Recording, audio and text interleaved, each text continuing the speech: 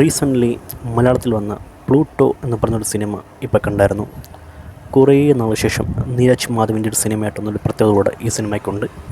ഇതൊരു alien concept സിനിമയാണ്. Fun മൂടി കൊടുത്ത് ഇറക്കിയ ഒരു ഏലിയൻ കോൺസെപ്റ്റ് സിനിമ എന്നൊരു ഉദ്ദേശമാണ് ഈ സിനിമയ്ക്കുണ്ടായിരുന്നത്.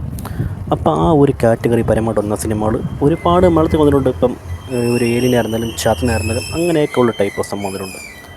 ഞാനൊക്കെ ഇങ്ങനത്തെ സബ്ജക്റ്റ് കാണുന്നുണ്ടെങ്കിൽ വെച്ച് കഴിഞ്ഞാൽ കോയി മിൽഗ എന്നൊരു പടമുണ്ട് ഹിന്ദിയിൽ, ഹൃത്തിക് റോഷൻ്റെ. കോയി മിൽഗ എന്നൊരു സിനിമയുണ്ട് ഹൃത്തിക് റോഷൻ്റെ. അപ്പോൾ അതിൻ്റെ ഒരു വെർഷനിലാണ് ഇപ്പോൾ ഞാൻ ഈ സിനിമ ഇങ്ങനെ കണ്ട് തുടങ്ങിയത്. അപ്പോൾ ഈ ഒരു പ്ലൂട്ടോ എന്ന് പറഞ്ഞൊരു സിനിമയ്ക്ക് വന്നു കഴിഞ്ഞാൽ എക്സ്പെക്റ്റേഷനൊക്കെ ഒരുപാടുള്ള സിനിമയായിരുന്നു. മികച്ചൊരു പടമാക്കി മാറും എന്നുള്ള, കാരണം പ്ലൂട്ടോ എന്നൊക്കെ ഉള്ളൊരു പേര് കേൾക്കുമ്പോൾ നമുക്ക് തന്നെ ഒരുപാട് എക്സ്പെക്റ്റേഷനൊക്കെ ഉണ്ട്. ഇപ്പോൾ നല്ലൊരു പടമായിരിക്കും എന്നൊക്കെ. അൽത്താഫ് സലീമാണ് ഈ സിനിമയിൽ ഏലിയനായിട്ട് വന്നിരിക്കുന്നത്. ഞാൻ ഈ സിനിമയെ പറ്റി എൻ്റെ ഒരു ഒപ്പീനിയൻ കണക്ക് പറഞ്ഞു കഴിഞ്ഞാൽ ഒരു ഇമ്പ്രൂവ്മെൻറ്റ് ചെയ്തിട്ട് പടം ഒന്നുമില്ല, ഒരു പുതുമയില്ല. നമ്മളിതൊക്കെ ഇങ്ങനത്തെ ഈ ഒരു സംഭവമൊക്കെ എത്രയോ കണ്ട് മറന്നേക്കണം. എത്രയോ മെയിൻ കോൺസെപ്റ്റ് ഇത്രയാണ്.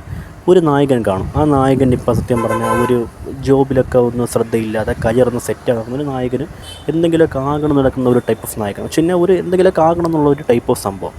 അവിടെ ഒരു ഏലിയൻ വരികയാണ്, പിന്നെ ഏലിയനോട് ഫ്രണ്ട്ഷിപ്പ് ഉണ്ടാക്കുകയാണ്, ഏലിയൻ സഹായിക്കുകയാണ്, പിന്നെ പ്രശ്നങ്ങൾ വരുന്നു, ഏലിയനെ കിഡ്നാപ്പ് ചെയ്യാൻ വേണ്ടി കുറേ ആൾക്കാർ വരുന്നു.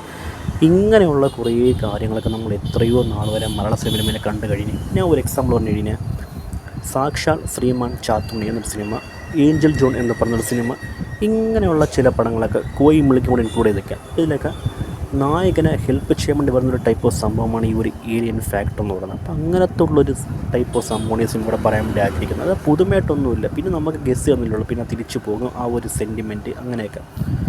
ഈ സിനിമയിൽ അൽത്താഫ് സലീമിൻ്റെ പെർഫോമൻസ് ദുരന്തമായിരുന്നു.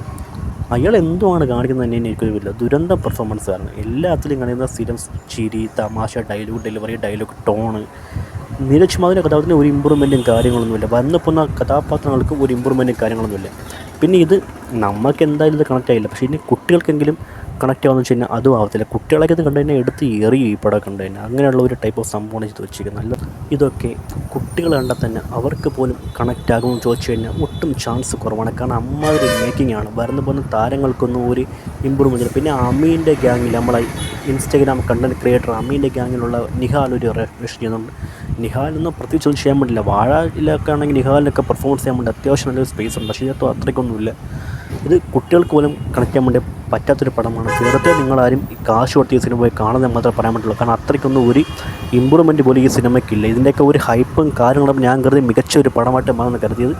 എനിക്ക് പെർഫോമൻസ് ഇഷ്ടപ്പെട്ടില്ല, കഥയും ഇഷ്ടപ്പെട്ടില്ല, എനിക്കൊന്നും ഇഷ്ടപ്പെട്ടില്ല. വളരെ മോശം സിനിമ. വെറുതെ കാശ് കളയാൻ വേണ്ടി നിർമ്മാതാവും പിന്നെ എന്തൊക്കെയോ ഇടിച്ചുന്ന ഒരു ടൈപ്പ് ഓഫ് സിനിമയാണ് ഈ ഒരു പ്ലൂട്ടോ എന്ന് പറഞ്ഞൊരു സിനിമ. നിങ്ങൾ ആരും പോയി കാണാൻ വേണ്ടി ശ്രമിക്കണമെന്ന കാര്യം പറഞ്ഞുകൊണ്ട് ഇത്രയുള്ള എനിക്ക് പറയാനുണ്ട് പ്ലൂട്ടോ സിനിമ റിവ്യൂ.